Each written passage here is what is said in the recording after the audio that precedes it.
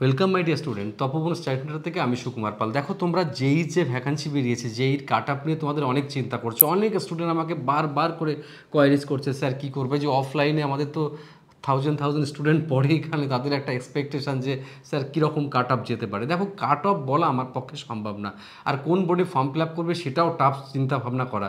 তো কোন বোর্ডে কাট আপ বেশি যাবে, কম যাবে, এই নিয়ে অনেক চর্চা তোমরা করো তো, আর অনেক কাটাছেড়া বিচার করো। তো আজকে আমি 2019-এর যে কোন বোর্ডে কত প্রিলিমসে কাট আপ গেছিলো সেটা নিয়ে আমি তথ্য দেবো।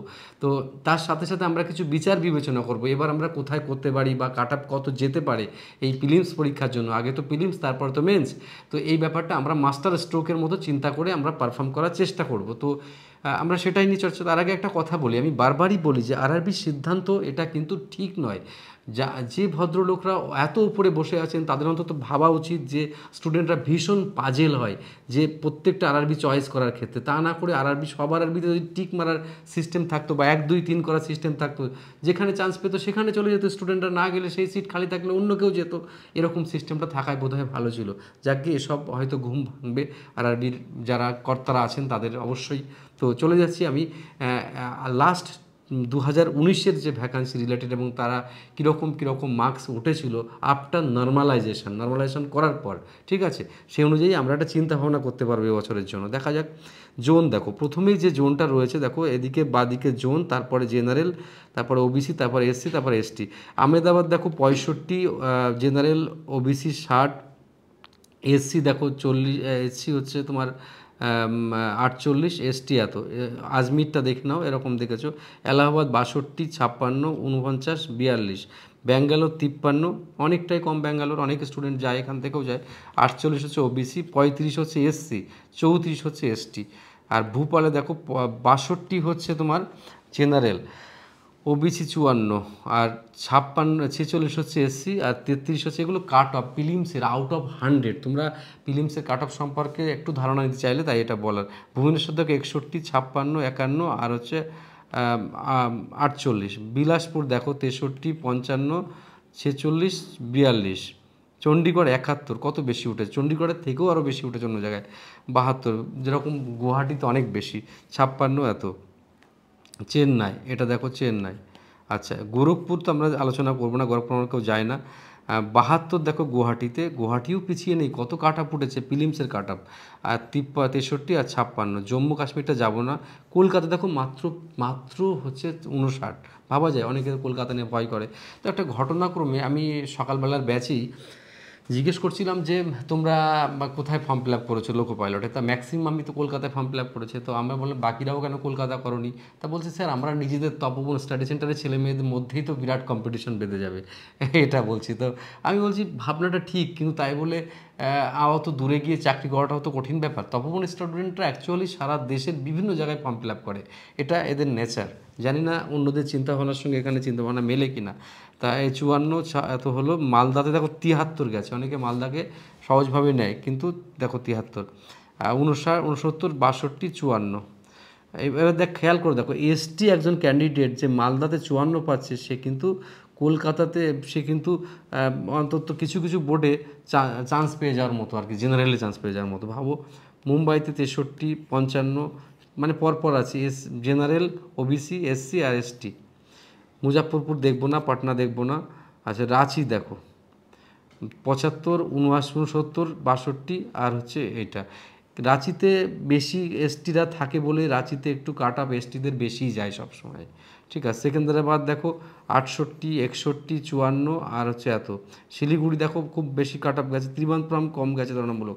তো এই যে এটা আলোচনা করার আমার একটা মুখ্য উদ্দেশ্য আছে মাই ডিয়ার স্টুডেন্টস, এই কারণে যে আমরা বিভ্রান্ত না হয়ে, আর কোথায় ফর্ম ফিল আপ করলে কাট অফ কম হবে, কোথায় কাট অফ বেশি হবে, এটা জানা কারোর পক্ষে অসম্ভব না, কিন্তু অ্যাজামশান করে আমাদের চলতে হয়। আর একটা কথা ইন দিস কানেকশন আমি তোমাদেরকে বলবো যে কিছু স্টুডেন্ট আছে ফ্লোটিং স্টুডেন্ট, তারা কিন্তু অ্যাকচুয়ালি কোনো কম্পিটিশানে আসে না। যেমন ধরে নাও অনেকে কোন বোর্ডে যাব তাই নিয়ে চিন্তা করতে করতে তাদের দিন রাত কেটে যাচ্ছে। তারা কিন্তু অ্যাকচুয়ালি অনেকেই কম্পিটিটার নয়, কারণ 100 জনের মধ্যে মাত্র 10 জন মতো হয় তারা সঠিক কম্পিটিটার, বাকিরা শুধু ভিড় বাড়াতে যায় আরআরবিতে, কারণ তারা ভাবে যে হয়তো পরীক্ষা দিলে কোনো না কোনো রকমভাবে চাকরি পেয়ে যাবে। কিন্তু আজকের দিনে দাঁড়িয়ে সেটা জাস্ট ইম্পসিবল। এখন কম্পিটিশান ওই 10% স্টুডেন্টের মধ্যে কম্পিটিশান হয়। তো সেই 10% স্টুডেন্ট কিন্তু অনেকেই আছে তারা নিজের জায়গা ছাড়ে না। ধরুন নেওয়া যাক কেউ আমেদাবাদে আছে, তো আমেদাবাদে তার যার বাড়ি সে কিন্তু আমেদাবাদ থেকে কলকাতায় পরীক্ষা দিতে আসবে না, কিন্তু অনেকেই দেখবে কলকাতা থেকে আমেদাবাদ যাচ্ছে, তা সেখানকার ছেলেমেয়েরা কি ঘাসে মুখ দিয়ে চলবে? তো এই জন্য ভাববে যে দূরে গেলেই যদি চাকরির গ্যারান্টি থাকতো, আমি বলতাম সবাই জম্মু কাশ্মীর চলে যাও, কিন্তু তার তো কোনো গ্যারান্টি নেই। সেজন্য আমার মনে হয় একটু বুদ্ধি বিবেচনা করে বাইরে ফর্ম ফিল আপ করা উচিত। আর বাইরে ফর্ম ফিল আপ করে এখন বাড়ি আসার মানে নিজের দেশে ফেরা, নিজের রাজ্যে ফেরার চাপও আছে, কিন্তু টাফও আছে অনেক। অনেক সেই অন রিকোয়েস্টের টাইম বেড়ে গেছে, তারপরে মিউচুয়াল ভালো করে পাওয়া যায় না। সাউথের ছেলেমেয়েরা তো এখানে বেঙ্গলের দিকে কাজই করে না, তাহলে কি করে তুমি মিউচুয়াল পাবে? যাক, এসব কন্ট্রোভার্সিয়াল ব্যাপার যাচ্ছি না। এবার আমি যেটা আলোচনা করার বিষয়, আমাদের কত তোলার টার্গেট রাখতে পারে, এই যে এটা যদি বুঝে আমরা একটা চিন্তা করি, মোটামুটি জেনারেলদের যদি আমরা 70 কাছাকাছি যদি জেনারেলরা রাখতে পারি, তাহলে নিশ্চিন্তে চান্স পাওয়া যেতে পারে। আর এসসি এসটি সেইভাবে 5-10 করে কমাতে হবে। তো ঠিক আছে, 70 যদি হয় তাহলে তুমি মনে করো যে ওবিসি মনে করো তাহলে 65 বা 63 চান্স করতে হবে।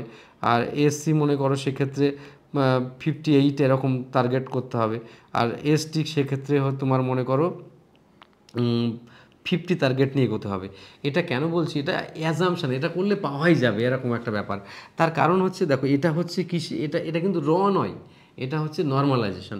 নর্মালাইজেশনের ক্ষেত্রে ম্যাক্সিমামের নাম্বার বাড়ে, আর যারা হতভাগা তাদের নাম্বার কমে যায় হচ্ছে এই নর্মালাইজেশন করলে। তাহলে এরকম একটা চিন্তা নিয়ে এগোনো যেতে পারে। তাই আমার মনে হয় প্রত্যেকটা, এটা অবশ্য সিট কম ছিল, তো এবারের জন্য কাট অফ আরও 5 করে কম হতে পারে।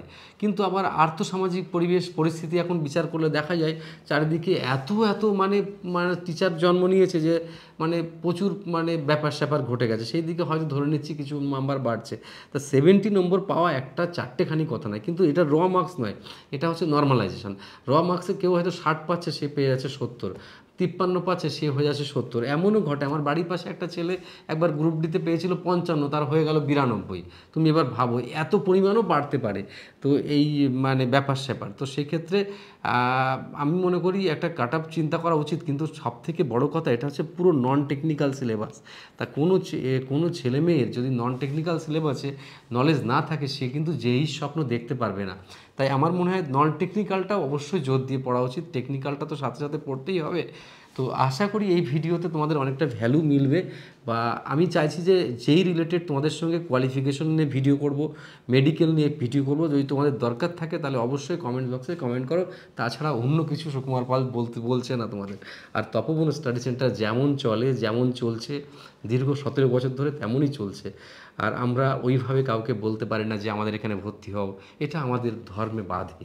তাই যদি তোমার মনে হয় যে তপবন স্টাডি সেন্টার এর পড়াশুনো তোমার কাছে আদর্শ, তাহলে তুমি অবশ্যই যোগাযোগ করতে পারবে। আমাদের দেখবে ডেসক্রিপশন বক্সে নাম্বার দেওয়া থাকবে, সেখানে যোগাযোগ করে আমাদের সঙ্গে কন্ট্যাক্ট বলতে পারো। আমরা জুনিয়র ইঞ্জিনিয়ার, তারপর হচ্ছে এনটিপিসি, তারপর হচ্ছে গ্রুপ ডি, তারপর লোকো পাইলট টেকনিশিয়ান বা স্টাফ সিলেকশন কমিশন, পুলিশ, বিভিন্ন রকমের যে পারফর্ম করানো হয় সেগুলো ননস্টপ চলতে থাকছে। ভালো থেকো আর অনেক ভালোবাসা নিও। Best of luck.